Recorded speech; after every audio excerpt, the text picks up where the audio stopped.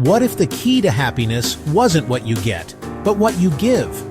In a world that constantly tells us to accumulate more, to achieve more for ourselves, this might sound counterintuitive. But what if the most profound joy is found not in receiving, but in releasing, in offering our time, our energy, our compassion to others?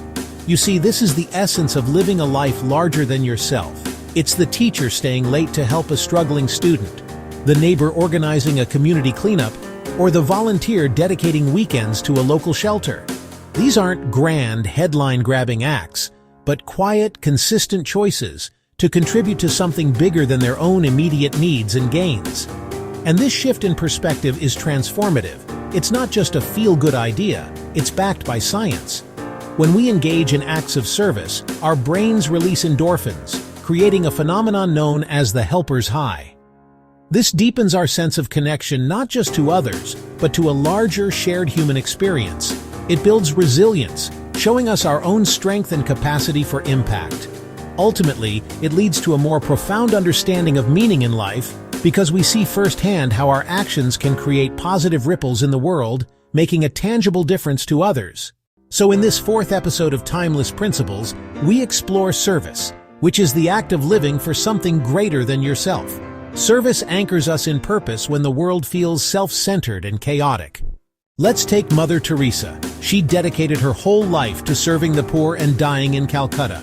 She didn't chase wealth or recognition. Her sacrificial service transformed lives and inspired the world. Her story proves that the greatest impact often comes from humble acts of service. When we talk about service, it is not limited to saints. It's found in the everyday actions of ordinary people.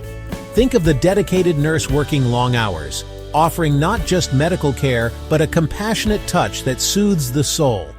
Consider the patient teacher who stays after class, mentoring students and helping them discover their own potential. It's the thoughtful neighbor helping with groceries, strengthening community bonds with a simple act of kindness. It's the salesperson going out of their way, proving any job is an opportunity for service when done with care.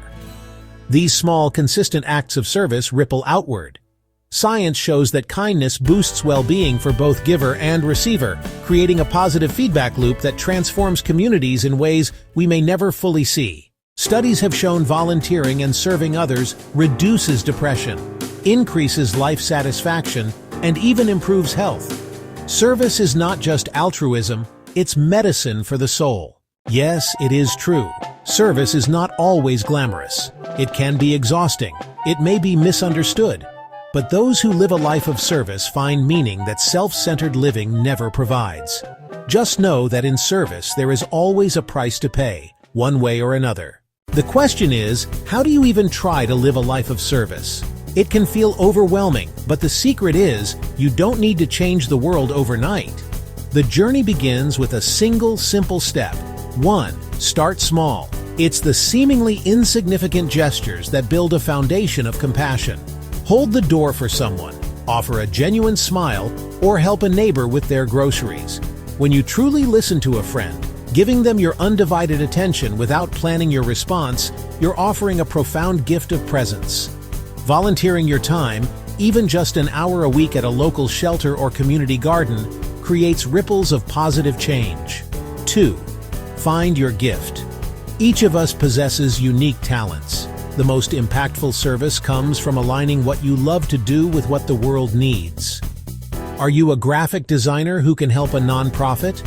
A skilled organizer who can coordinate a food drive? When you serve from your area of strength, it becomes a joyful expression of who you are. 3. Be consistent. A life of service isn't defined by one grand gesture.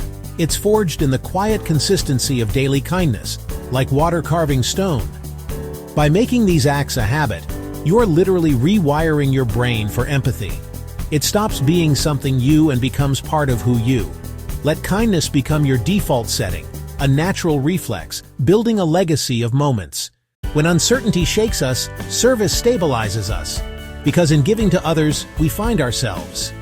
It serves as a mirror, a reflection, as they say, putting yourself in the other person's shoes. If serving others has changed your life in any shape or form, share your story in the comments and subscribe to our final episode, Hope and Faith.